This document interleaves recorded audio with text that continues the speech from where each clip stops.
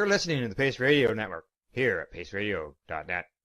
The views expressed by the individuals during this broadcast are their own opinions, and they may not be the same as those of their group or other organizations they may be involved with. All medical advice during our broadcast is not a medical opinion and should be checked with your medical physician.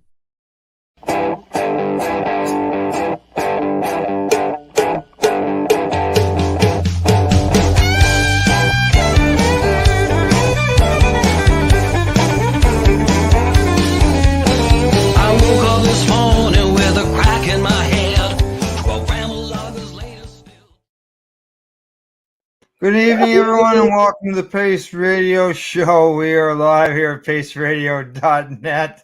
That wasn't intentional. Holy, this is actually some really decent legal cannabis that I've got. It kind of kicks me right in the butt. It sounds like it. Well, I will say this is the second doobie of the day because I did smoke one with my husband when I got home from work. But I got the container this time. This stuff is called Glue orangutan, something like that. Glue orangutan, yeah, maybe that's it. Oh, I can't read it. Yeah, it's a tripod, but it's a cross between OG Kush and GG4 and Afghani. Oh, well, it's got some good lineage there. Yeah. Well, it looks like it was doing its job for you. Oh no, it's nice. Like I said, I was just like, didn't plan on starting the show without but I guess kind of how appropriate. Well, yeah. Well, usually you've got you're rolling a joint or whatever when we get started, and it looks like you just got it lit. It wasn't a chokeable. I wasn't planning on choking myself like that, but yeah. Woo. Right. So what's new and exciting? You got an interesting guest tonight. Been around for a long time. Yeah. Actually, I posted that I met her 13 years ago. 13 years ago. Wow. Ottawa. Yeah, it was 13 years ago that we were in Ottawa. Wow, it has been a long, it's been a while, eh? Right. Geez, I guess we're just getting older, eh? That's the worst thing about it. It's longer than that though too, but I think it was longer than 13 years ago. It was 13 years ago that it was in my memories, but it was 2012, so that's more like 12 years ago. 2012, yeah. Yeah. But Taven was a baby, and he's 14. So yeah, it was 13 years ago. Well, he'd still be a baby. Well, he wasn't a baby. He's toddler, I guess, at 2, right? Yeah. But yeah. Yeah, by then he's telling you what to do. By then he was pointing fingers. But I actually posted a picture of us we were in the green room on Parliament Hill, and we had done a press conference, and Alison was one of the speakers, along with Russell Barth and Adam Greenblatt and Christine Lowe, and we were all there.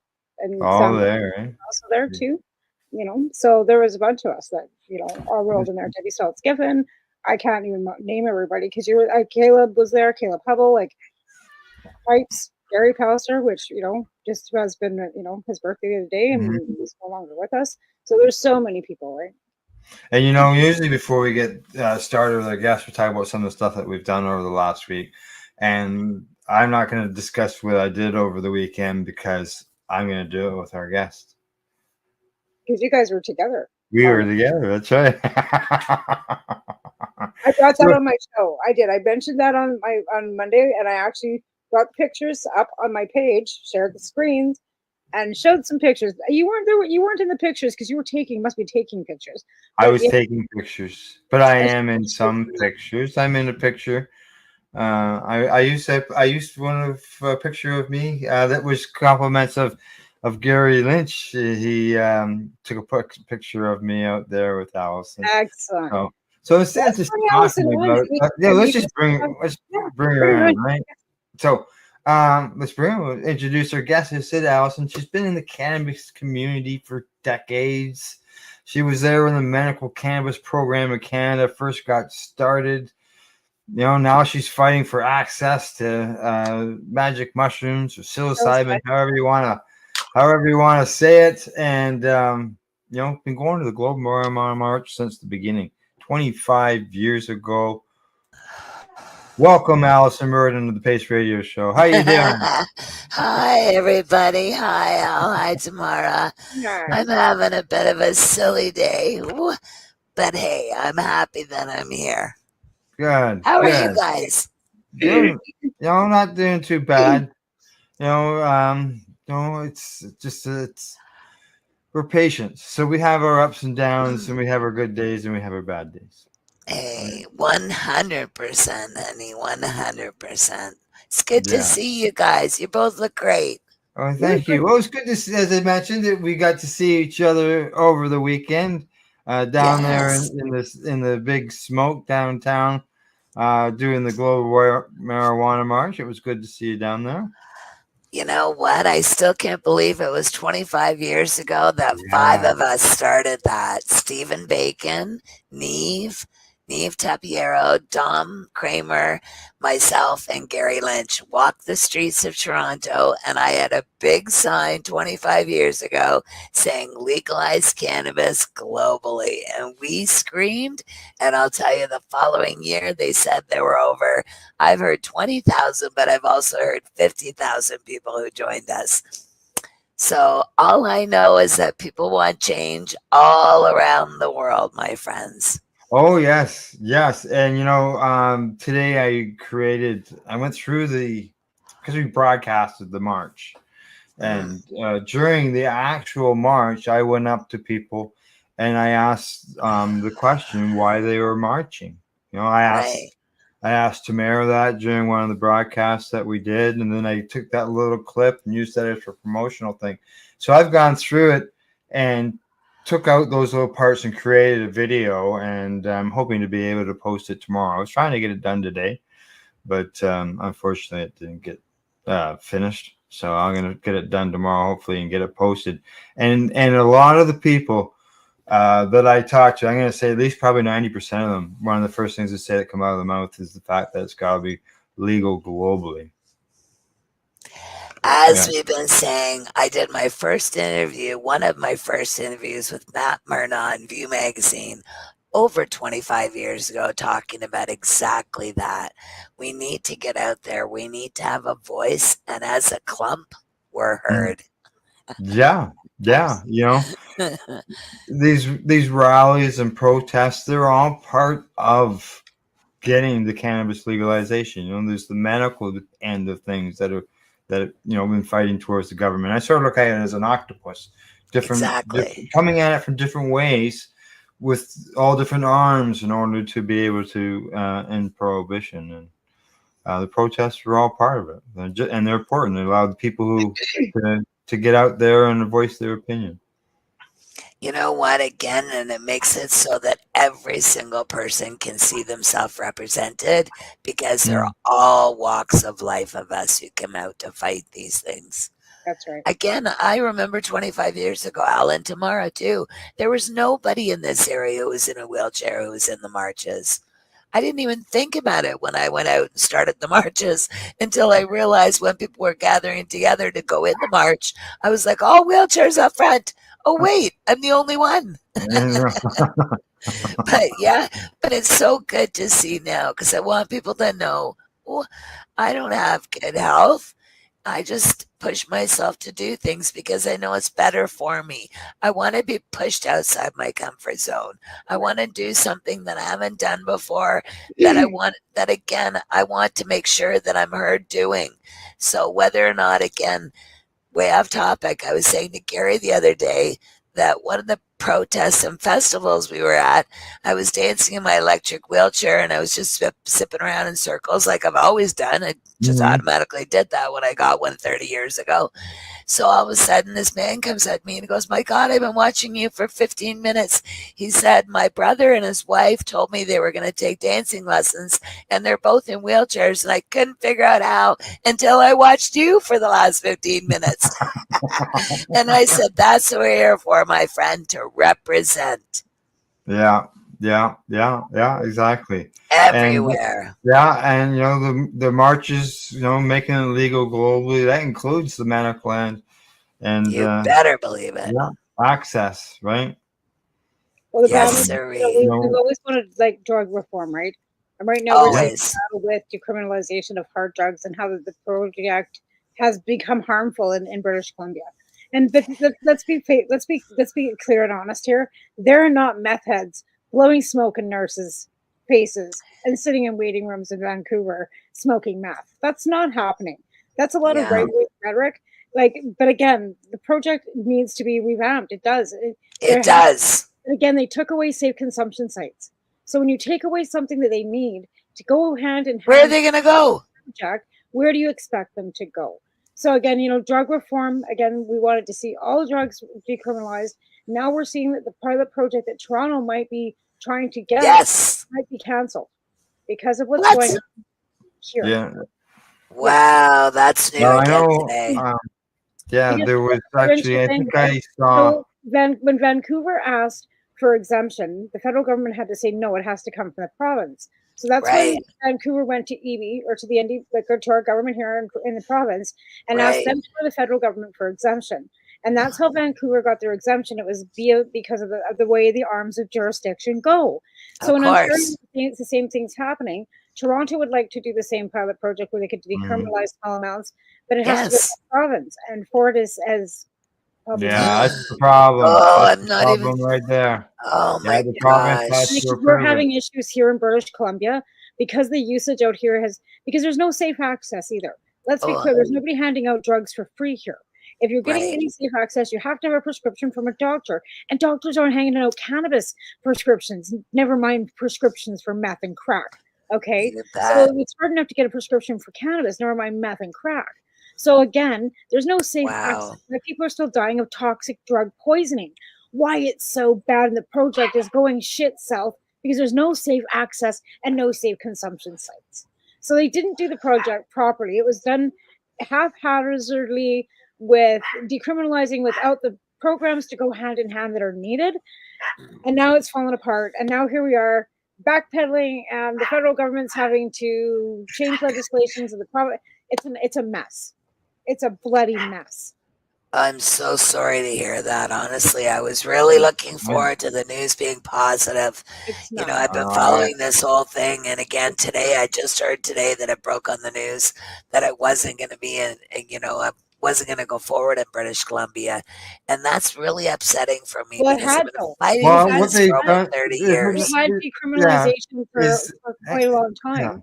Did they not Did they not just ask the federal government only to remove the public use of it? But if you got caught with if you got caught with the substance, you're still covered under decrim. They don't want you using it in the park. No public. No public. But you know what? What if you're houseless? Where are you gonna go? Exactly. Where are you gonna go? It's so unfair. Consuming, right? And it's exactly what it is. It's the houseless that are consuming in public because there's nowhere for them to go. Right? Exactly. So it's a vicious circle. Exactly. But there's no safe consumption sites for them to go to be safe to use. And it's But this is why I've been fighting for over 30 years for full legalization of every single substance out there. Because the harder the substance, the more deadly it is, the more it has to be legalized and regulated. And somebody has to take control of it. People, this is like the Wild West. This is ridiculous. So cannabis has now been regulated and we've got licensed producers and microcrafters producing it. The problem is, who are we going to get legally to produce crack cocaine, heroin, meth? and all these street drugs. Who's going to produce that legally? So the government or whoever has to figure out who's going to bring. Yeah, they sure do. Into Canada, like who's going to bring the legal heroin into Canada, and then they have to get. It's already here. I've had it. I've had heroin prescribed. I have it on prescription. In every hospital that I go to, I have heroin on prescription, ketamine on prescription. I can't even remember all the things that I fought for it and these are the things that have to be made available to everybody in need. No more putting up walls in front of us. The stigmatization of people using in parks. Exactly. That's the problem. Because addicts, when they're that far into the disease, it's unfortunate. They do not see the world around them as being anything but their own, right? They get into a tunnel vision, right? Most definitely. They don't care. They don't care if they're caught up. Park, Most right? definitely. They don't care about their own hygiene. So unfortunately, when they're that far into the disease, there's no reasoning, no logic, right? So that's the unfortunate problem with this disease. But again, all the more reason to legalize and regulate and get these problems taken care of. That's exactly why I fight what I fight, Tamara. This is so upsetting. You've been doing it for a decade, because I know when you're a host here on the program, you talked about that. You talked about. I've been doing it from the beginning for over 30 years. I wanted to legalize and regulate all drugs. Like I'm all for it too. Like I want to see all. I'm all for it. This is why, Tamara. For law reform, right? I wanted to see the laws changed. I wanted to see addiction become a medical issue rather than exactly right. Exactly where we're at. Same with cannabis. Cannabis is a medical issue, not a justice issue. People shouldn't exactly. Right? It's not a criminal justice issue. It does not belong in a court of law at all. And people with addiction disease do not belong in jails. No, that's absolutely not a place for them. But again, we go back to the cannabis taxation, and they're using that for cannabis addiction. When I've heard, let's build treatment centers with that money. I'm totally down for that, but let's put some real addicts into it, right? Let's use the disease word and use the disease and get them there without arresting them. No kidding. Without involving the law. They're not breaking the law. It's not illegal to consume drugs in Canada. Exactly. It's illegal for you to possess them, and now it's decriminalized for cannabis. It's legalized, and for hard drugs in British Columbia, it's decriminalized. So we've gotten to the point where we've got legalization of cannabis, we've got decriminalization of small amounts of hard drugs. Now we have to. We're getting there. To go hand in hand to get that disease under control, so we can have functioning addicts like they do, lawyers and doctors and people that use, and they can still be productive, citizens, right? Like that. It happens. Can I just change the subject for 1 second? Yeah, I know. Well, it's okay. That was very cool, Tamara. I really appreciated that. But what I was going to say is, I also, as a patient, as you both know, I'm fighting for psilocybin as medicine, and there is some news coming down the pike. So as far as things go, we're not as desperate maybe as we were a year ago. So I can, because I do the news twice a week, I see what's going on. With Theracell. I can't pronounce the Theracell. Yeah, Theracell. And their court challenges and stuff I'm like with that. Theracell. Oh yeah, I'm with Theracell. And I'm really glad to see, because it's a big fight, and you've got a company that's doing all this research and stuff that's going to court, backing using this challenge. Whereas back with Terry Parker, what company was standing beside Terry Parker? Yes. But plus two, I want you to know that I have a separate lawsuit going through a human rights lawyer named Nicholas Pope. And Nicholas took me on last year. When my lawyers had approached him because we were at a dead end. We couldn't go any further. The government had already denied me access to psilocybin as medicine and told me that there were other avenues I could go down. And I was to myself, like, no, I've tried everything. So we found this lawyer, Nicholas Pope, in Ottawa. And Nicholas just recently on May 7th fought a case for a fellow similar to me in so much that he fights cluster headache, which is one of the things that I also fight. I have something called bilateral trigeminal neuralgia, which is driving me insane right now, as well as cluster headache. But cluster headache and both trigeminal neuralgia and cluster headache are the worst worst pains known to medicine. And in your face and head, but also there's no cure for either one of them. So what I did over 30 years ago was I branched out on my own because doctors weren't listening to me then, and I found psilocybin 30 years ago gave me relief. What I didn't know was up until 2017 when I increased my dosage to 5 grams at one time, which I'm told by a lot of media that I did interviews with then is the hero's dose, which I didn't even know.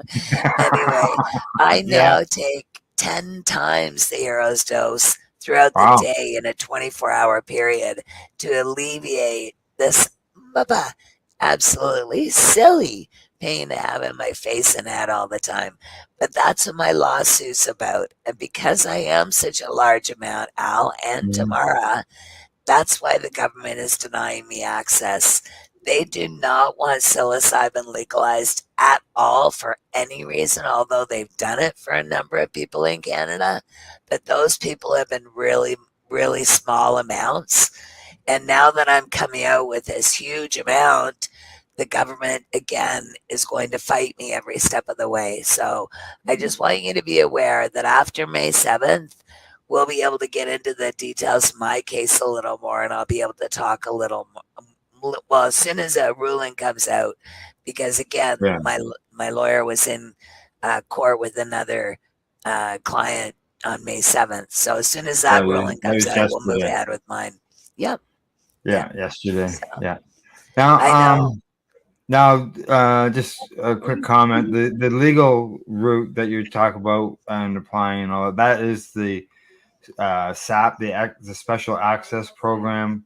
I think it's probably worded right, SAP, because it's so slow. It's just drip and no. Although I must say that once your application for SAP is accepted, you are supposed to have an answer within 24 hours. Oh. Then why are some people waiting? Like the one fellow, he waited over 500 days, and he was actually like already in the program. Yeah, but that's like me. Again, it's because they take that long to wait and tell us, and then they deny us. And then, but until you're accepted, that's the thing. It depends on the issue at hand and the person involved and the circumstances. So that's why Theracell is fighting for those of us who are taking longer to get answers. That's not fair. Your grammage that you're asking for, as you mentioned, 50 grams. I'm sure, I think probably in an earlier discussion we might have had, you probably learned something from the Terry Parker case, being that they legalized him to be able to access it, but there was no source. You're right. Darn right. So what I'm doing actually involves getting a source from the government. And I can't really say a lot about it right now, but I will soon, again, because it's illegal. It's the only legal supplier right now for the government of Canada, a company called Filament, who is now doing macro doses, of cannabis in a pill. Yeah, I think I've reported they've been doing some psilocybin in pill. So that would be better than me swallowing 5 grams of mushrooms every few hours, which I don't really mind because it does work, but it sort of fills me up. I don't have much room for anything else to eat. It was, some people can get frustrated with, just taking a pill version of things. but sometimes there is, This is natural, though. This is 100% natural because I great. fought again in my lawsuit. I do not want anything more Yeah, synthetic in my life. And you're like, it's just like cannabis can be Nope. swallowed in a Yep. pill as well, right? Yep. Being But only natural. natural. The only pill I swallow with cannabis is cannabis oil in a capsule. There you So go. that's what I'm doing. Hopefully with psilocybin is that I'm going to swallow whole psilocybin in a capsule as well. So Yeah. again, it's natural. That's what I'm fighting for. Yeah, exactly. If it works, right? If it works, You better believe it. Yep. And I found actually cluster headache again is so bless you, sweetheart. It's so excruciatingly painful that people like me who have a 24 hours a day get a little fed up at times, right? So again, that's why I went down the road of trying pretty much everything. I have been through raw opium, heroin, cocaine, all through my doctors, those three, all doctor prescribed or doctor authorized. And then I went the route of cannabis and psilocybin as far as natural things go. But again, before that, many of you know I had 32 pills at 2,000 milligrams of morphine every day of my life, plus heroin and cocaine for years through doctors. So I don't want any of that anymore. I want to have natural things. And I'm on now, I think it's 6 different pills. Yay! Rather than 32. So I'm getting younger. I'm getting younger and reducing my pills as I go. right? There you go. Exactly. That's just And one the of the thing best is, like, way to think about it, right? Right. Whatever you're doing is working. 30, all these years dealing with this condition, like basically, watching you, especially, during this interview, and you doing that, and your squinting of your eyes and your face. That's like to us like a light going off, indicating to us that you're dealing with pain. Right? Right? Darn. I was hoping you guys couldn't pick up on it. Just kidding. I mean, it's hard to, I can't again, hide like it. you just keep pushing through, right? And we all, and that's what we all do. Hey, I have a little joke that I've had all my life since I've been diagnosed with MS that I don't really have MS. I am a mess. MESS. It's a lot easier to explain. It is. It's totally, yeah, it is. Totally. Sure is. Yeah. No, it's been obviously all these years. It's been a nonstop battle for you, trying to get access, whether it's to cannabis or whether to under the Section 56. People might be wondering, well, how did she get access to legal cocaine or the legal heroin and stuff? And that's the Section 56. And I think there was just decades ago. What was sorry, that? I said it was decades ago. I'm not sure now it's the same. Yeah, there was it was in the news lately. There's been some change to the Section 56. Big change.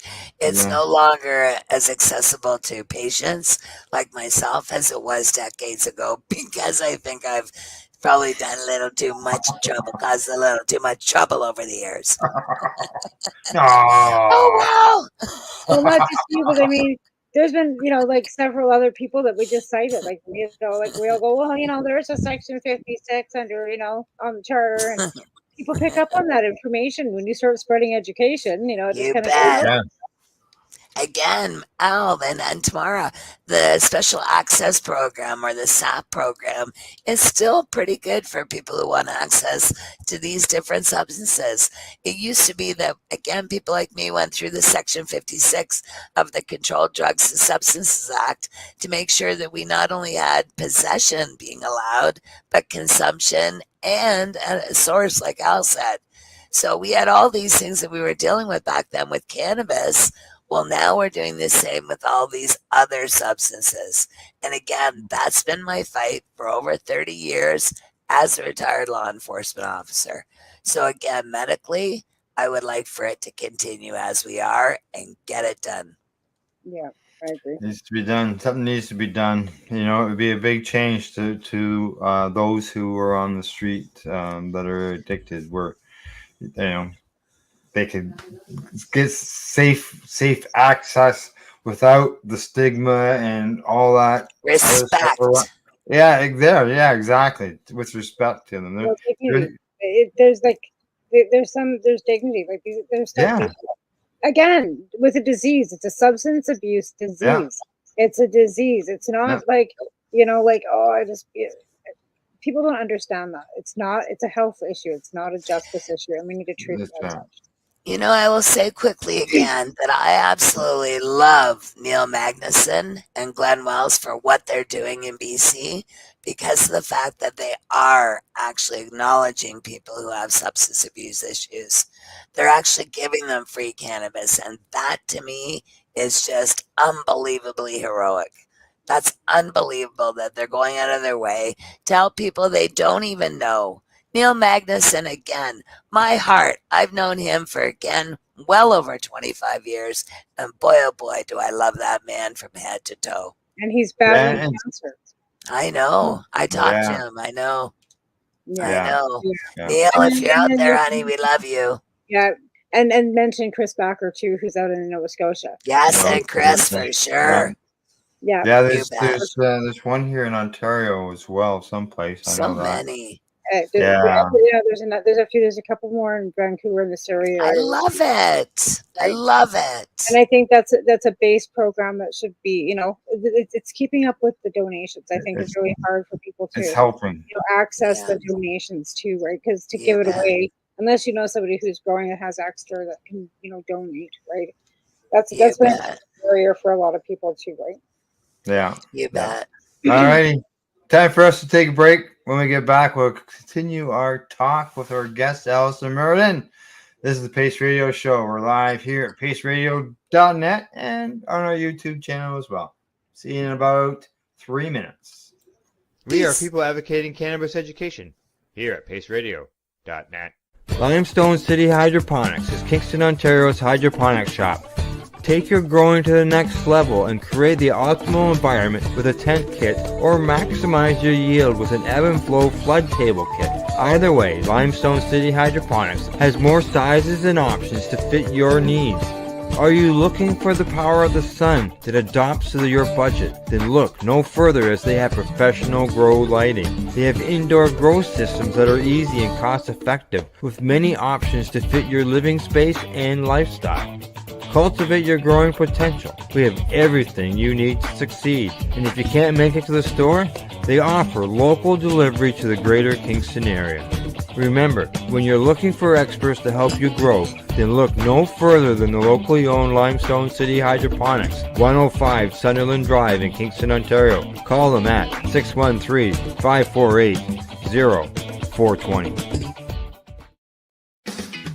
Enjoy the buzz of legalization with Campbellford Lifestyle Shop. From lights to plant nutrients, books, consumption accessories, and more, we've got all your basics to grow or consume cannabis. Visit our info center or take a look at our piercing services and body jewelry, now available in-store through Campbellford Lifestyle Shop, 17 Bridge Street West, Campbellford.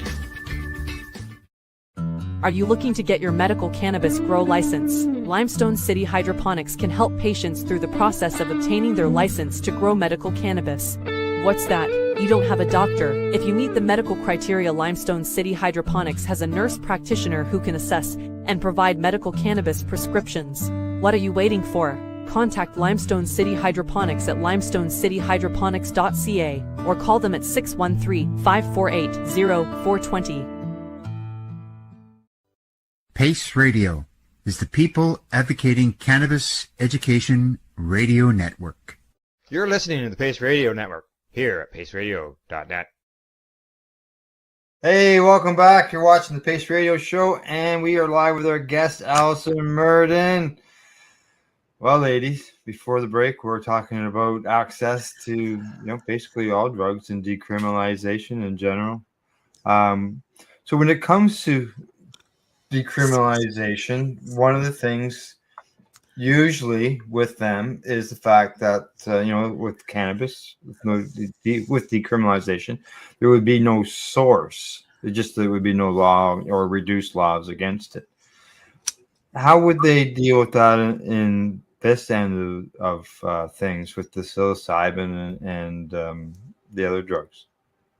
Would they rely on a pharmaceutical source, or would companies, start producing? What do you think?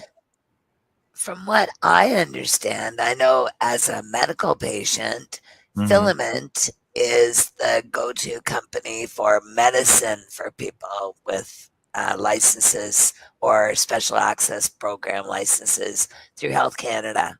Okay. So they're actually the link through Health Canada. So legally, I'm not sure what they'd use as a source, but I do know that there, as you know, there are other places across Canada who've been growing who definitely want to make sure that they can get in on this, game early. Yeah. So Yeah. again, I would imagine I think opening it up the way they did like cannabis is probably not what they're going to do right away. Yeah. I remember Paul Lewin my lawyer saying years ago that just because they might legalize psilocybin or magic mushrooms doesn't mean they're ready to ram a big mushroom truck through the door, right? Correct. Yeah. So I think they probably would have. I think they probably learned from the experience of the cannabis end of things. And I can see where they would want to. There's also big like mushroom producers that are making that are growing like Money's mushrooms and mushrooms on like an agricultural basis where it's going to the grocery stores. Yes. Mushrooms again are an agricultural based thing. Farmers. Right? Exactly. Yeah. Open it up. And I looked, cannabis is no longer on the CDSA. It's already been removed off the CDSA. Beautiful. Oh, okay, good. Yeah. I was not aware when the Cannabis Act was so cannabis can't be removed. It already has been. Because I did some research, doing some for my show. So if psilocybin then is taken off the CDSA the same way and regulated the same way as cannabis, and becomes an agricultural issue, it does, right? So again, cannabis too, in the long run, has been taken off the CDSA, is not being taken into effect as a drug per se anymore. Psilocybin needs to be looked at the same way. It's still a plant. Psilocybin is less harmful than cannabis and less addictive. People have to do their homework. Again, the producers already in the agriculture business. Why couldn't they just put a row of magic mushrooms in with the Money's mushrooms? The big thing about cannabis is the smoking. The smoking. Yes. Smoking. Can I just say quickly that a lot of people, Al, think that my throat is from smoking cannabis. It's so not. No. I had emergency throat surgery a couple of years ago, and I couldn't talk at all after that. So now it's just coming back. So I'm excited that my voice sounds like this. Anyway, but smoking, you bet. Smoking is not at all a good probably thing to do, but smoking is the fastest route of administration when you consume cannabis. Yeah, and you just don't smoke cigarettes and cannabis for 35 years, and I don't know. I think it's just people have misconceptions of a lot of things. Well, you gotta think that you take a cannabis plant and you grow in your yard. You got this plant material there. You take a cigarette and you empty out that cigarette and you look at it on the table and you know that thing has been through process. It's got other different. Correct. It's got all kinds of things added to it. In a natural form is still just a plant. Right. You know what? I used to smoke tobacco decades ago. I quit in 1999 because I was smoking so much cannabis that I didn't want to. Well, actually, I couldn't smoke both because I was smoking so much cannabis. So I ended up quitting smoking tobacco. But I probably won't say much about it other than that because I am a former smoker, tobacco smoker.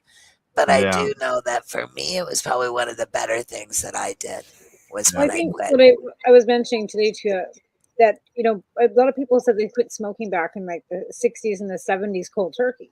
Well, that's because the cigarettes didn't have formaldehyde and carbon monoxide and all the things that they pump into the cigarettes now. So it was easier to quit that many years ago because it wasn't toxic, poison, addicting. like they are now, right? And that's why they pumped all this crap into them so they could make us addicted Well, to them. people Funny, are I worried about actually cannabis. I went on a medication because I wanted to quit smoking so badly. There was a medication called Zyban that was in Canada at the time. And little did I know it was taken off the market probably within 6 months of me going on it. But I quit. After 30 days, I never wanted tobacco again. Yeah. Yeah, again. So, but I knew the side effects weren't good. So I was glad I got off it. Exactly. Yeah, exactly. So I'm going to go back to the beginning of the broadcast. We talked a bit about the Global Marijuana March. And the fact that you were at the first march there. You were, one of the first 5 people. We brought it to Toronto. Right. And, over the years, you've seen it escalate to being huge. Remember the days of the stages and this bands and the vendors. There's still vendors, but they're coming back fast. There are a few sprouting up now, but boy, there were more this year than there were last year. Yeah, I said the same thing. Yeah, I said exactly the same thing. We all agreed. We're back. Yeah, we had a meeting afterwards, and we all agreed that, there was more vendors this year. You bet. And I don't know if you noticed. I don't know whether you talked to the people from Pad H. Were there Parents Against Driving High? They were. Oh. Yeah. No. Yeah. They were there. Talking about what they do, the education that they offer, and one of the things that they do with, they raise money and stuff, and they push responsible use of cannabis. Okay, they're not against cannabis use. They push responsible use of it. Of course, they advocate for people not to drive high, which is that's what their thing is. As far as what they're doing. And but what they also do is they go to events such as the Global Marijuana March, or they went to shows in Toronto. They've gone to events in Toronto, and they offer free rides home. Wow. For people who feel that they're too high. Terrific. And they'll give them a ride home. Yeah. Wow. Right on. Yeah. Right on. Yeah. I've talked to them a few times. And aren't people incredible? Yeah. They're not out. The thing is that some people might look at them as being a group that I use this as an example. In Quebec, when legalized cannabis came in, they used promotional stuff. And it said cannabis won't do this, and what they did is it had everybody with stretched necks. Oh. Yeah. And they had somebody with ears, like horse ears or donkey ears on it. It was ridiculous, right? They don't use anything like that. Right? Yeah, and that's the thing. Like, there are so many, like, even some of the commercials they got on TV, from Mothers Against Drunk Driving. Don't drink and be high, and they got this joint bouncing around and with a beer can, and it's kind of like, don't treat people like they're children. Treat people with respect. Yeah. And actually, if you tell us the truth, it's amazing how far that'll go. Right? Like, what's wrong with just saying, hey, like, we know the repercussions of drinking and under the influence, right? Yep. Like, what do we have to add the doobie to it? Yep. Exactly. On the way home from the march on Saturday, there was all request Saturday night on our local radio station. Right. So the somebody had called in and they had talked about being stoned, and they were all type speaking, right? And so I called in, and obviously these little segments when people call in, they're recorded, and then they play them when they get to them. And so I called in and I said, "Hey, I just coming home from the Global Marijuana March." And I thought he might ask me, well, why would you be marching for legalizing cannabis when cannabis is legal in Canada?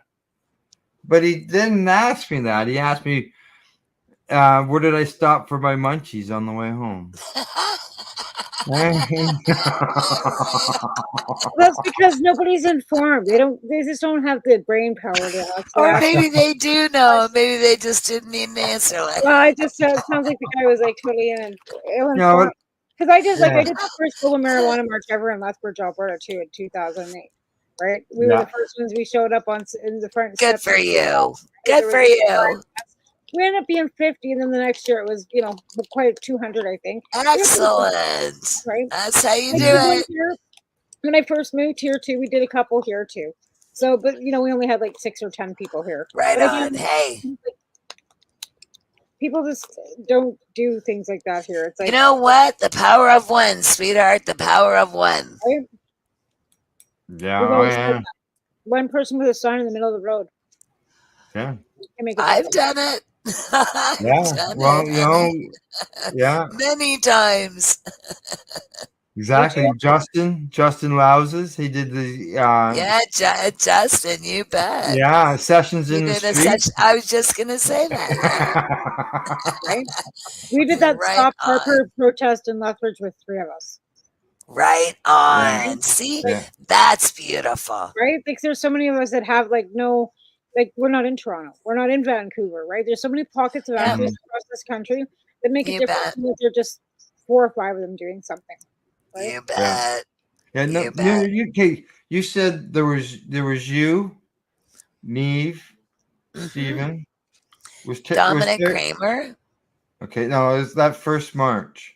Yeah, Dominic Kramer, and then myself and Gary. Oh, And okay, the all right. 5 of us marched the streets of I was Toronto. thinking Terry was there because I was going to say. Oh, no. I No. didn't know Terry then. I didn't know Jim Wakeford then either, which goes way back, a blast from the Yeah. past. Yeah. So I actually, Terry and I were talking. This is a little kind of off topic in one respect, but a cute story for you guys. Terry and I were talking at the march on Saturday, and we were talking about way back when, 100 years ago, when all these people, specifically that big march, when all the people came, and we were all sitting around the base of the statue in the middle of Queen's Park. And Jim Wakeford, before there was a statue there, it was just a big hill that went up, just like a big triangle almost, or upside down triangle.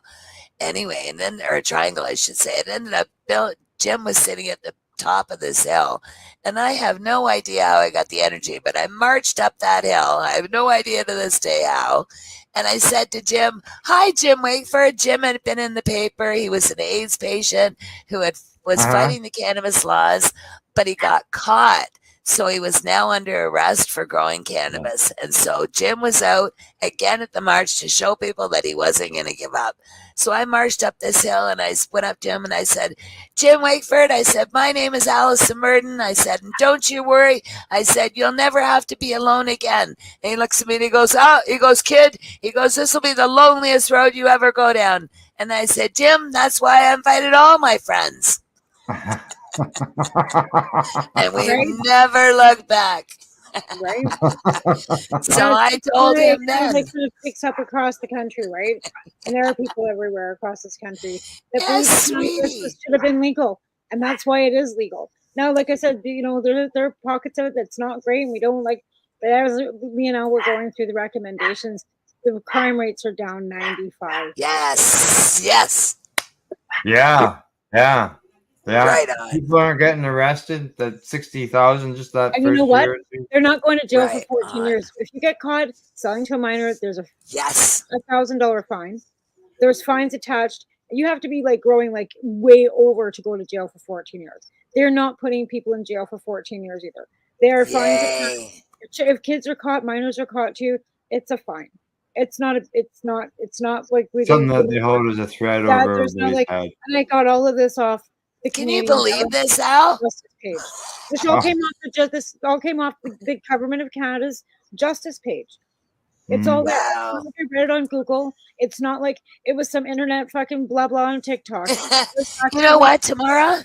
I am so happy, sweetheart. I'm sorry to cut you off because Al and I 100 years ago didn't have these options, right? They weren't available for us then. If you were caught with cannabis, you were in trouble. I know, I did. I did Yeah. 4 grams. I did 6 months house arrest See, for 4 grams. exactly. Yeah, See? yeah. So again, So I know. what a So difference, that's why honey. I keep watching and wanting to know what's going on, because I don't Yeah. want to ever. Yes. I've got a child in my house that Yes. needs it for sleep, right? Yep.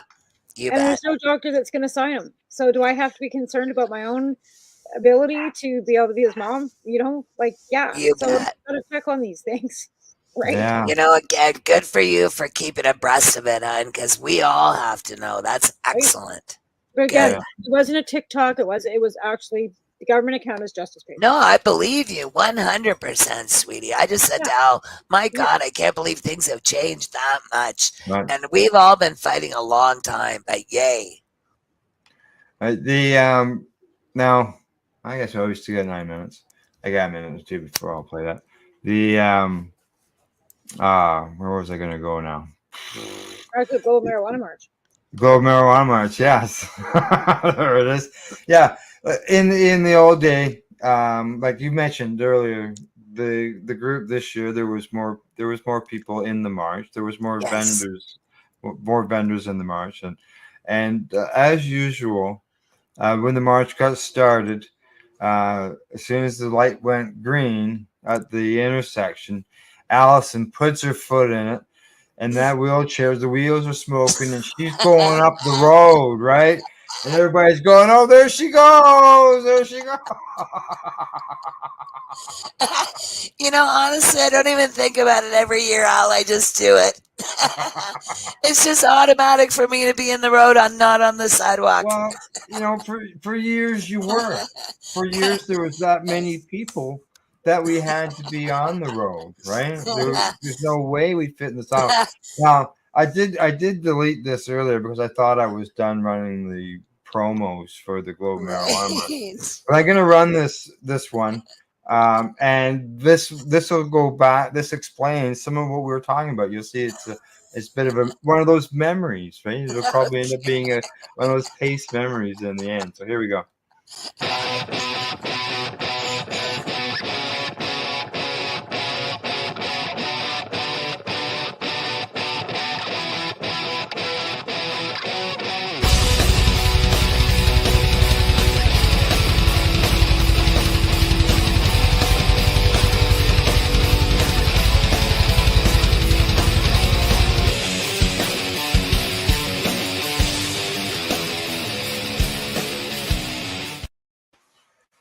But there you go. You can see in the pictures how full the street was with the amount of people that were attending the march. Right? There were a lot of us. A lot of us. Honey, we can do it again, too. Yes, I agree. And, you know, the committee this year looked at it as it's a start of a rebuild, because of the fact that, you know, we went through the COVID, and you know, cannabis legalization is, you know, some people think, well, why do you need to protest when cannabis is legal? Well, it's not legal globally. People are still being hung in Singapore and other countries. They sure are, my friend.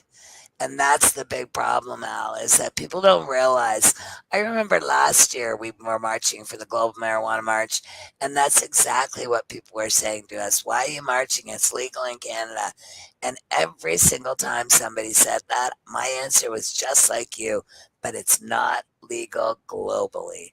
Yeah. And I've again been fighting that since I was young too, because I always felt it was never just Canada that should, you know, have access to cannabis. It just so happened that Canada, we won first as far as having the right to consume it legally. But ultimately, again, anywhere in the world you decide to go, especially if you go on holiday tomorrow, or you, Al, somewhere, you want to be able to consume cannabis without fearing the face of arrest.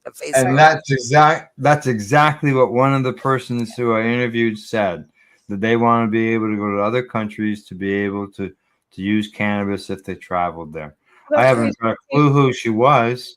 Right? I never asked her name. Funny, problem. Like, we have to worry about even like domestically. If we didn't have a license, you betcha. You betcha. Again, like, if you're a patient and you can't go to a country where you can legally access your medicine because you can't take it with you because it's not It would be, You can't even federally go to the U.S. right. You can't even cross the border with cannabis on you. And that's another reason I'm fighting That would this. be a charge, right? You get charged. Exactly. Well, Exactly. there might be. Well, as you know, the rescheduling. I'm sure you're aware. They're looking at rescheduling in the U.S., which doesn't legalize. Okay, it doesn't legalize it, but we had a report on the news on Monday that there has been it's called the COA Act, and I just can't remember what the actual words are, and it's for legalizing cannabis, and Cory Booker and some other senators have put this forward to legalize cannabis. Right. And as we know, for the last several years, there's been the Safe and the Safer Banking Act. So really right now in legislation on the U.S. end of things, there is something to legalize it and to deal with the banking. Now, whether it ever passes or anywhere, who knows, but it's there. We got 40 states with medical use. Yeah, I was just going to say they have to do something. 2005, I was in Boston for a conference for LEAP, and it was a police conference. And I went down to Boston, and I took my mom, and I almost couldn't get back into Canada because they had claimed that I was on the terrorism list and that I was a terrorist from the American embassy. The orders came down to not let me back in their country and not allow me into Canada, but arrest me right then and there. And it was only because of the activism that I was doing in 2005. That was it. And it ended up, like I said, because of that, we ended up, as soon as I came back into Canada in 2005, I already knew that it had to be legal in the U.S. in order for me to go there. But now I knew then, they told me never to come back, and I wasn't going to attempt it. But also, again, I knew that even more so that cannabis had to be legalized federally so that people would not, like me, run into these problems. Yeah. I would never even attempt to go across the line because of my charges. I wouldn't even attempt. Well, just people have been turned away at the border. That's so sad. Not because they use cannabis or been charged in the past, but because they wrote articles about cannabis. It's like me with my activism, though. I didn't do anything. I was never, I'm a corrections officer. I didn't do anything to break the law, except, again, activism. Yeah, exactly. And that's enough for them to deny somebody entry. Now, being denied entry. Generally so. Yeah. It's is are you really a threat? Because somebody's had a record. Like, I know a person with got arrested with three joints. Friggin', well, I'm gonna say almost 40 years ago, and they still have problems going across the border. Shocking, literally. But you know what? That's again why we fight, though, all of us, because this is not acceptable. They can export cannabis from our big producers to Germany, to Israel, to Australia. $250 million worth, I think. Oh, I know. I've seen. Because the big producers do not want to pay Canada's excise taxes. No. So they're sending it elsewhere. Yeah, and the other elsewhere is buying it, right? Yep. Edibles are all coming out of Cranbrook, BC from Dykar. It's all hitting the German market. Wow. And the Israeli market. And I heard that right from the guy that owns it. Wow. Now are they I'm assuming if they're being produced here, are they still limited to 10 milligrams? Or can they make the higher milligrams? That's our fight, though, Al. But in Germany's medical cannabis industry, is it restricted to only like 2%? Maybe it's only 0.3% THC content. I have no idea. Yeah, I don't know either. Yeah, I'm not sure what the European market is. I would have no idea. That would be all into the European market. Yeah. If there was more than 10 milligrams they were allowed, then they'd be producing more than that. We could be able to produce it. Our laws wouldn't prevent them from producing it because they're not selling it in our market. Right. Yeah. Yeah. There goes my puppy. All right. Top of the hour. You hold that thought. I will. Okay. All righty. Off we go. We'll be right back. Everybody's gonna check out our sponsors and find out who supports us here on the Pace Radio Network. You're listening, or as we do now, we're watching Pace Radio Show here at paceradio.net. You're listening to the Pace Radio Network here at paceradio.net. Limestone City Hydroponics is Kingston, Ontario's hydroponics shop.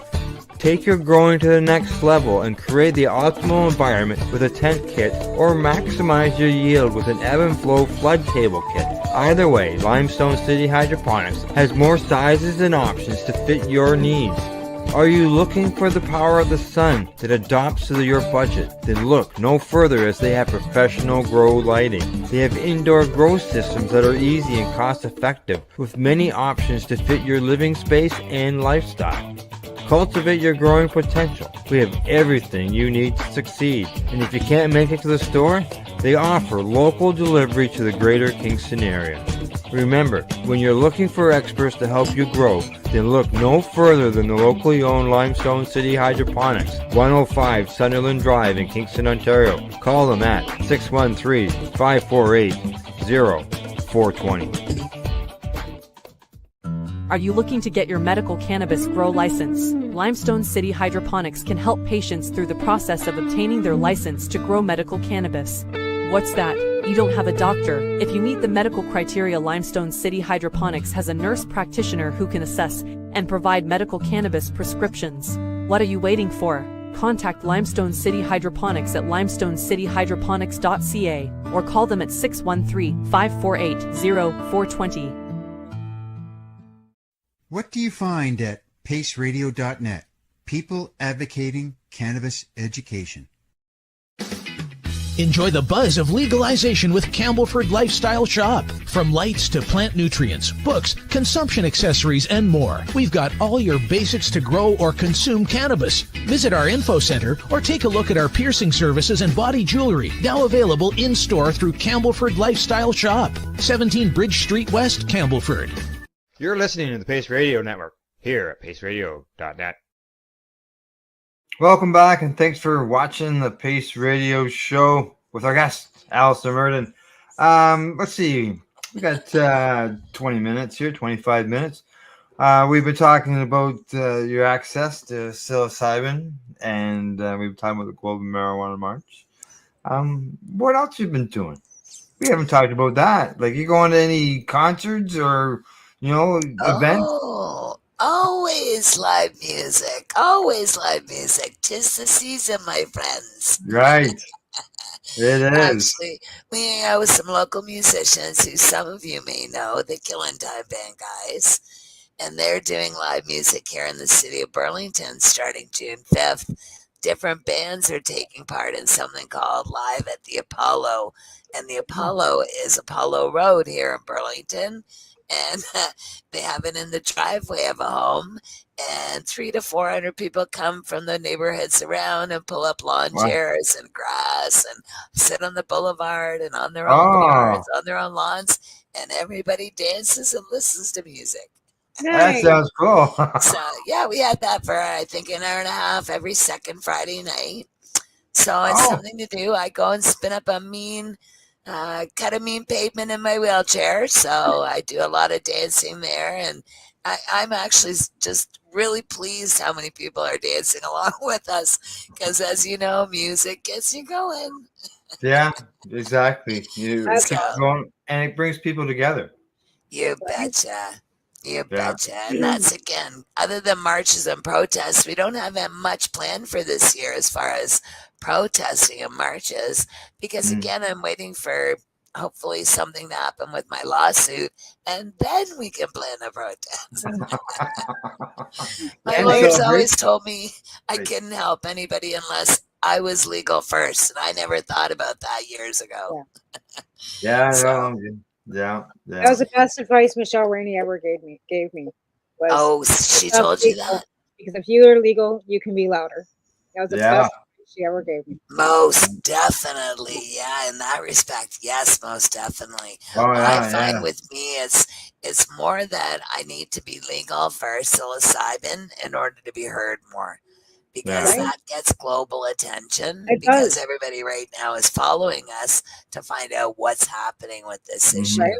So, and Right. I'm pretty loud all around the world. So, I'm not afraid to tell everybody whether or not I'm having a good or bad day and exactly why. So, Right. again, Well, they need to see the reality of the difference, what yeah. what pain is and when what it's not. Right? But I think people also need to know that you're right, though, sweetheart. But a lot of people will never understand what I deal with. And that's okay, because we all have our crosses to bear, whether they be mental, physical, or emotional. We're all carrying something, and we all need medicine of some sort. So, Yeah, again, you what know, I'm trying to do is just teach the world that all of these substances can be used as good medicine. Again, because I've had things like heroin and cocaine given to me medically by doctors when I was young. I know exactly what those substances are like, and I don't necessarily want them for me, but I do know if other people choose them medically, why they are. So it yeah, makes a lot more sense to me. Again, I went we, back in school, sorry, Al, and yep, took a lot of these things in school just to make sure that I understood exactly why in college, when I was there, what was going on with me medically with all the pills and all these other substances. Sorry, Al, go ahead. oh no, it's my fault. I'm like that. I just want to get it. So Some people can talk for have a long answer, right? And then right. by the time they get done the answer, you forget that you wanted to say something about something that's at the beginning, right? So true. I'm so sorry, darling. No, no problem. That's why I sometimes try to jump in there, because I um understand. yeah, because now that's happened. These substances, though, honestly, again, I want people to know I know Pace Radio is about cannabis, and Yeah, cannabis, again, is really good medicine for yeah, everybody. and So, we also have some shows that broadcast on the psychedelic end of things. yes, I've Right, seen. yeah, right now our Sunday broadcast is taking a bit of a break. Ashley, our host, she's down in Humboldt County in California. Oh, I'm sure right, everybody's heard of that place. And so she's right. down there right now, and not with very good internet. And she's working on that, and she'll be back. And then on Tuesday, we've got two broadcasts on the psychedelic end. Right. That's the Mushy Moments, and Yes. Cindy has renamed her broadcast, and she's added psychedelics to her show at 6 o'clock, and it's now called Your Evening Medicine Show. That's what it's Very called now. good. I'll And have to she'll be tune talking, in. yeah, so she'll be talking about psychedelics as well. Beautiful. I know during our news show, which is called the Psychedelics and Cannabis Educational News Yes. broadcast, LSD lately has, there's been studies coming out on it to help people with You sleep, bet. and I believe pain as well. Like it's just like, that was like stuff that 40 years ago for me, right? And now to see all these things coming out, right? You know. On the benefits of it is pretty wild to see all this stuff. Yeah. Actually, it's funny because, again, a couple of years ago, I went through a really big bout with LSD, and I was taking 4 and 5 tabs a day trying to get relief from this pain. So, Yeah. but again, for me, it's something where I don't want to keep taking all those things. I wasn't Yeah, getting any residual effects from them at all, like nothing. I was just getting relief from the pain, but I didn't right. want to have to keep taking 4 and 5 tabs a day. Oh, to try and feel better when I knew as at that time that psilocybin or magic mushrooms, I could drink a tea, and if I drank it fast, I'd have no pain for a little bit, and then I could eat the mushrooms right after and keep the pain away for a couple hours. So Yeah, that was the difference between LSD and psilocybin for me. Again, it's all about choice. Right? Yeah. We're not It telling works for anybody you, to do right? anything. And it might work for Exactly. you. It might not work for everybody the way it works for you either, because we're all individuals. Same with cannabis, right? I think that's Exactly. the way, we have to keep, recommending, but also telling you that don't be offended if it doesn't work for you, because it might Right. be, Yeah. right? Right. Yeah. There are Yeah. things you I've talked to people who said cannabis didn't work for them. I've Yeah. talked to people who've said they've been allergic to it as well. Yeah. Yeah. Yeah. So And yeah. I've got people like myself. I don't do well with psilocybin. It makes me sick. I don't react Yeah. well to it. And I've tried microdosing. I've tried several different. It's just not for me. And I advocate for it though. Like I always mention Yeah. it. Need help with getting access to it. I'm a full advocate for it. It just doesn't. It's the my body world's doesn't best antidepressant to begin with, people. See, I don't need antidepressants, right? Like I've Oh, never taken Neither it, do I. right? It is all over the news on the end of being antidepressant. Yeah, but again, like I said, if you It don't seems need like- antidepressants, like I don't Yeah. need to take it. I You're don't like take me. antidepressants, right? I don't need. Yeah, you're like me. Yeah. Excellent. Yeah, like I don't. But take you know what? For people who do, though, Yeah, and absolutely. even for people again like me who are in pain, it's Yeah. hard to be in this much pain and not be depressed. They tell me. Yeah. I remember when I was a teenager, doctors used to say, "Oh my gosh, let me give you something for depression. You must be so depressed." I was like, "No, I just would smoke and I'd be okay." Yeah, like I right? just smoke I'm good. cannabis. Yeah. Yeah. Like alcohol is a depressant. Yes. Yes. And that's You one of the betcha. worst things I'm sure that someone who's dealing with depression could do is to drink because of it being a You depressant. betcha. Yeah. Oh, do you see who's over my shoulder? Do you see that? No, my darling. I only You- see a oh. You would know her. Yes, I sure do. That beautiful soul, Michelle Rainey. She's on every broadcast with me. Wow. She God sits there. I just bless thought, her Alice soul. would know who she is. Can I tell you a little story?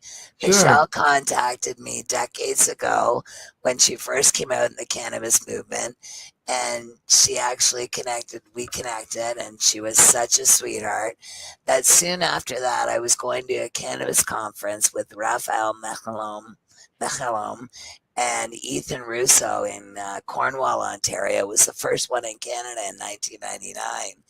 And I needed money to go, and I had written Mark Emery, and I had phoned, and I said, please, I need money to go. Somebody help me.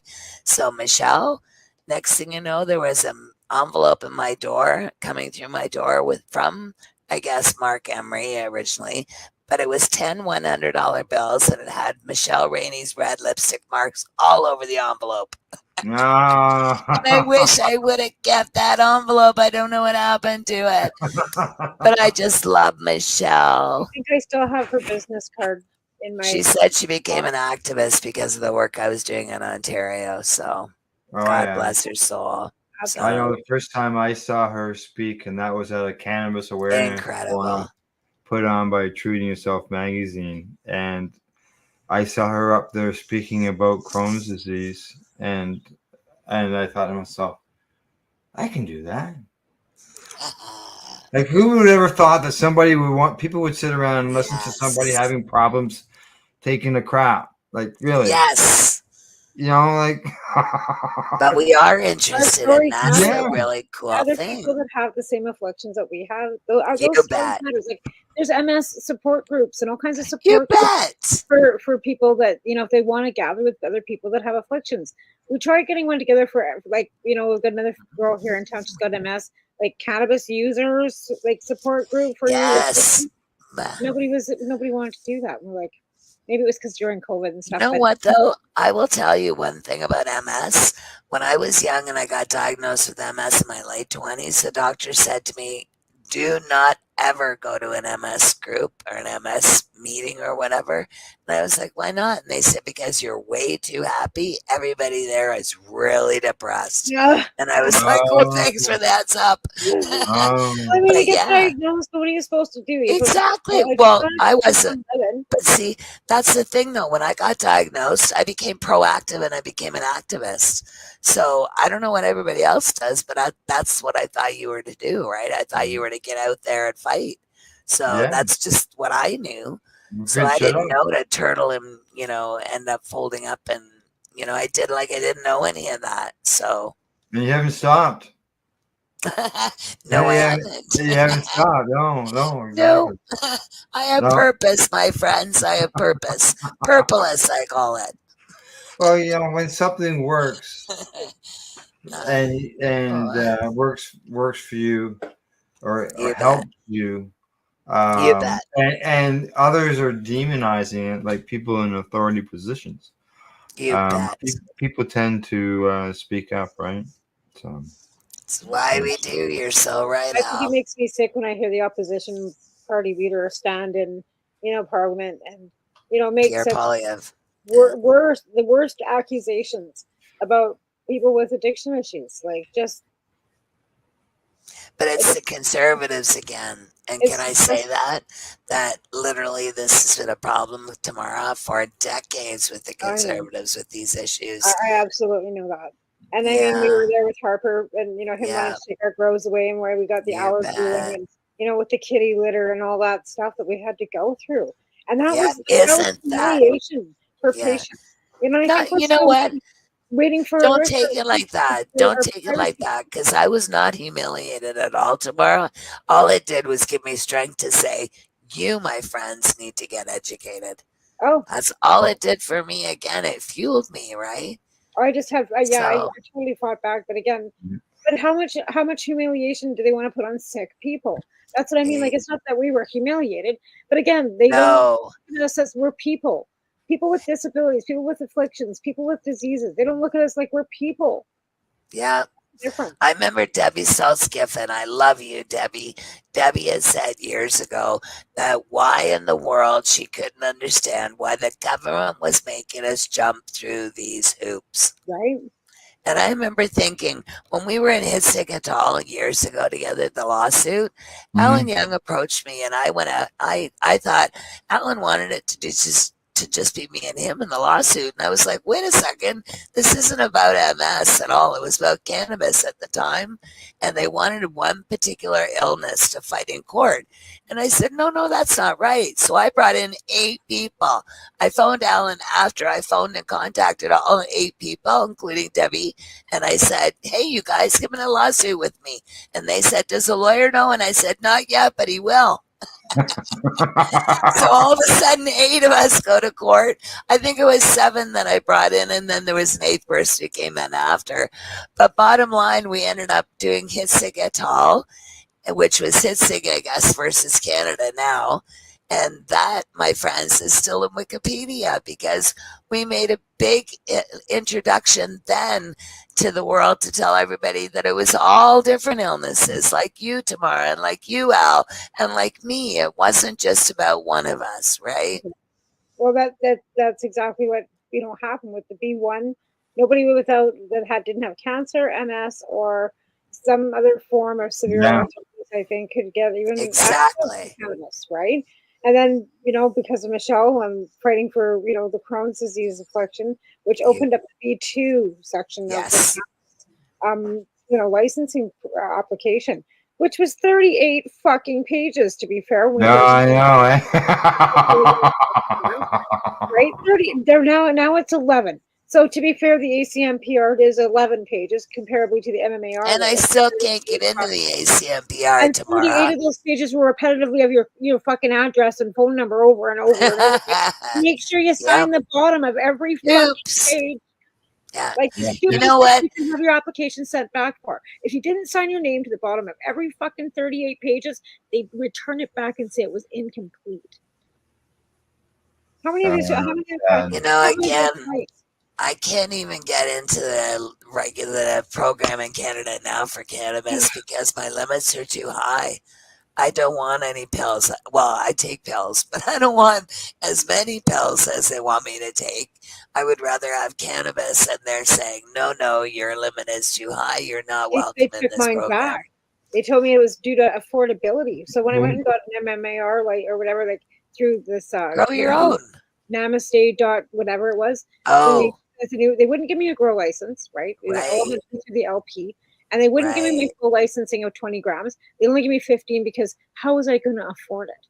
Wow. And this was What? this was the registered nurse that Whose business is it of theirs? of it. It was this cannabis 420, whatever, that you had to Wow. get. They knocked mine back to 15 because they told me that it was, affordability, and they didn't want, Wow. Yeah. Not fair. I've had family and friends who've helped me all my life. That is not fair. Right? It's another business how I afford it. And then No, my it's family not. doctor then signed me here in Cranbrook, and then we went back for our renewals.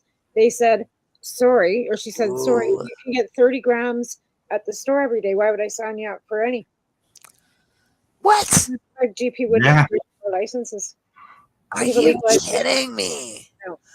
So I You haven't know, had a license for this is why we have to fight these things that are going on with this cannabis program in Canada, the Cannabis Act. None of this is acceptable for any patient. Well, it's not the Cannabis Act. It's the College of Physicians still, Alison. It's still the College Oh, of it is. Sorry, controlling this. You're right. I apologize. But it's Yeah, really got nothing to do with the Cannabis Act. Cannabis Yeah, Act that's has true. got nothing to do with it. My doctor just said, you can go into a store and pick up 30 grams. Why would I prescribe you 20? yeah. No, Like, it that's doesn't true. I make can sense, see. right? It's the College of And that's why Physicians. Yeah, there's no point in me renewing this for you. She didn't understand the whole that's growing thing, ridiculous. right? Oh, Yeah, you it's have to. still, yeah, like if you can't, how are you going to be able to afford to grow? They ask the question, how can you afford to grow that much grammage? How can you afford to go to the store and buy it? Right? Exactly. You couldn't afford to go cost you 30 more. grams. Like, your Oh 4 my plants gosh. are not going to grow you 30 grams of cannabis a day. You can Not even access close. 30 grams of cannabis a day at a store, but you're not allowed to grow enough plants to be able to supply yourself 30 grams of cannabis a day, because there's no way 4 plants are going to ever do that. And In order that's to why be able I'm to saying. access an ounce a day, you're going to need to grow 200 plants, if not. But you know what? As a patient, there's a different program, Tamara. Because you can get as many plants as your doctor says. You're not limited to 4. Oh, I know that if I had. Oh, yeah, medical. So yeah, I don't want people I to got the doctor that's misunderstand. going to sign the paperwork that I got to send to Health Canada. Yeah. I had an MMAR. Got my Yeah, first with the MMAR. medical license is different. Right? Yeah. Yeah. Well, I know Yeah. I've had them. Right? Yeah. I had a grow license for 20 grams a day, both me and Alvin both. Right? That's what I thought you were talking about. Yeah. But Well, yeah. you can't get them without paying for them, and you have to have a Yeah. doctor to sign them. Same shit. Wow. And the doctor You have won't to sign pay it your because they- doctor? Any of them. If you want a license, you pay them. Wow. Same as it always was, Alison. Wow. I have never paid my doctors, nor would I ever pay my doctors. This is a My medical family doctor, issue. no. My family doctor, when she signed us up when we moved to Cranbrook, no. But she wouldn't renew because of the legalization. But if I want to get a grow license through any of these other things, it's still going to cost me at Wow. least $25 per gram. What? $25 a gram. Yeah. Wow, that is not right. That's just That's the way it not was right, before. Tamara. I paid Dr. Cameron when I first got my first MMAR in 2012. Yeah, I've Oh, never good. paid any doctor ever. Yeah, I never would. It's illegal for them to charge us. They aren't supposed to be charging us. But if you want a grow license, all these online ones, they won't give you one because the Yeah, LPs I are knew taking that. right? I did The know LPs are that, taking back, sweetheart. you don't have to pay them for your license. These whatever. That It's is so easy to unfair. as long as you're not getting a grow license. You want a grow license from them? They want $850. Yeah, that's just not right. Wow.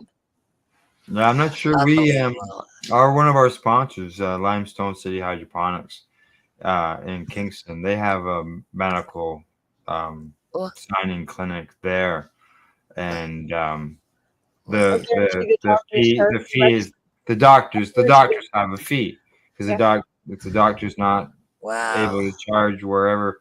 Like I don't know where some doctors are located.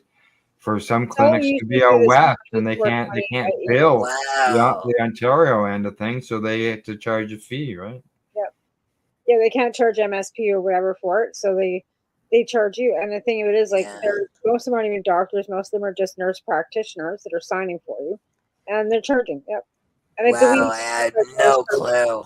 So if you want 20 grams, you're going to be paying $25 per gram. That's whatever, $500, $600, whatever. Yeah, but But if people's family doctors would go Wow. ahead and sign them, and OHIP Yes. would pay them to do that, that would be a lot nicer, wouldn't it? Yes. I know that some things should go to the doctors. There's paperwork that the OHIP doesn't Yeah, that cover. you pay for. Yeah. Correct, Yeah, they pay sure. for it. Whatever. And It was $35 you know, for admin fee, I can whatever. understand where a doctor with the MMAR days charge somebody a few dollars to do their paperwork. Like my doctor charged me $50 that first year. Yeah, Right. yeah. And then he never charged me.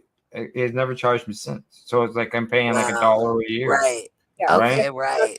That's fair. That's fair. Yeah. I was just thinking because I just a few months ago did my taxes and I applied for the medical disability again, the disability tax in Canada.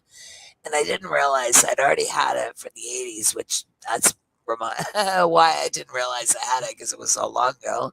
But anyway, when I applied for it, they said it was going to be $225, my doctor's office said, to get the paperwork signed. And I was in tears. I couldn't believe that they would make somebody who's, already marginally, sort of in a different position than most others, pay $225 to get a disability tax form filled out. Well, anyway, to make a long story short, it turned out that apparently it is covered on disability, and I didn't know that. But boy, oh boy, I'll tell you, I was panicked for a few days there before I found out. My doctor charged me $40 to have mine filled out. I can't believe that. That's reasonable. Yeah. If they can't get that through their fees to the government, then charging somebody, some money to do it, it's $225. To charge them outrageous fees. I was devastated. Yeah. Like I thought, oh my God, how do people again in these positions live nowadays? If that's the case. Well, yeah. Like if it takes a doctor. It takes a doctor 10 minutes to fill out a form. Why are they charging $225? Well, not this form. Apparently, this form's a number of pages. So, because my doctor's office alerted me to that. But at the same time, I'm thinking, getting back to cannabis is the same kind of thing, because I can't even afford to buy my cannabis again. Yeah. Like, how the heck am I supposed to pay for a disability tax credit? See, these are the things. Cannabis again is now finally, the price is finally dropping over the last few years because it's legal. Yeah. But before we did that, everybody, well, boy, I'll tell you, remember how we all lived? And how we couldn't afford some of those prices because they were asking outlandish prices for pounds of cannabis. Oh, yeah. Unbelievable. So thank goodness, at least there's something good about what's happening in this country. Yeah. I don't know if that's positive, but hey. All right, ladies. We don't use that much cannabis, right? Yeah, I see that we're at the bottom of the hour. We've run our time. Is there anything else that you would like to touch on? No, okay. Shout out. I just want to say one quick thing that I would really appreciate if everybody stayed tuned to what's going on in my world, because of the fact that, again, I'm fighting for psilocybin in Canada as medicine. And as soon as I can get legal, things are going to change just a little tiny bit. I guess so. Exactly. So where would you be announcing something like that? I'm all over social media, Facebook, Twitter, LinkedIn. I can't even think of everything. Pretty much everything out there. All social media. Plus on my website at AlisonMyrden.com. AlisonMyrden.com or .ca. I'm everywhere. All right, there you go. Tamara? Thanks for being on the show. It was good seeing you. You look terrific. And you're beautiful. And I just appreciate everything that you do, and just keep on being you. Thanks for being on the show. That's right, exactly. All right. Thank you very much, Alison, for coming on the broadcast. It was great seeing you on Saturday in person, and seeing people there, and seeing new people there, because the new people are the next generation that have to be doing every year. Hopefully, there's going to be more and more and more of us. That's right. Exactly. All right, you can find the Pace Radio Show on Twitter, we're on Facebook, we're online, paceradio.net. Thanks go out to our sponsors, the friendly folks at legacy420.com, Limestone City Hydroponics, .ca, as well as the Campbellford Lifestyle Shop. And huge thank you to our guest, Alison Myrden, for coming on the broadcast. And to all our watchers and listeners out there, thanks for tuning in. We'll see you all next week. Thank you and goodbye. Bye, everybody. Thank you.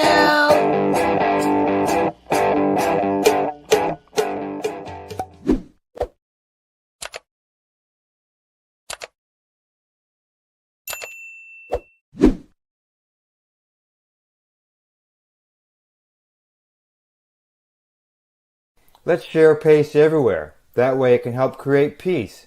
People everywhere advocating cannabis education. You're listening to the Pace Radio Network here at paceradio.net.